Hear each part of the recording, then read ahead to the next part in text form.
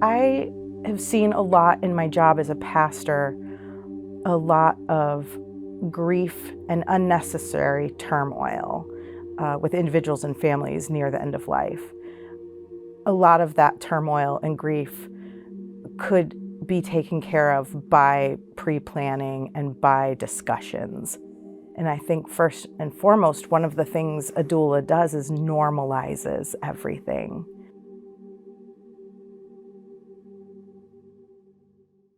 Just like we have doulas on the way into life,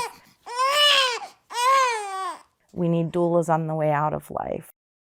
There are people, many people, who just want a witness to their life, who need a companion on the way out.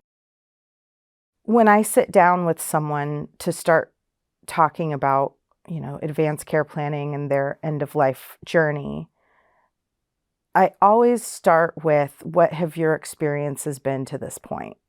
Because everybody has a story.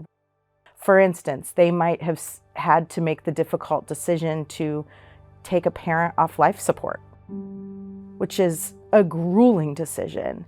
And who wants to make that decision to take their family member off of life support? That's horrific. But having that experience would inform someone in saying, well, maybe that's not what I want. I want to stay on life support forever, or I don't want to stay on life support forever. It's beautiful that medical professionals will do whatever it takes at any cost, because you can count on that. And sometimes there comes a point where the quality of life does not match that ethos of life-saving measures. So once we find out from an individual what their experiences are, we can help them discern what they want their experience to be. If you were in an accident and this happened, blah, blah, blah. Right now, what is your prognosis from your medical care providers? How are you feeling about that? Have they shared with you what the possibilities are for complications?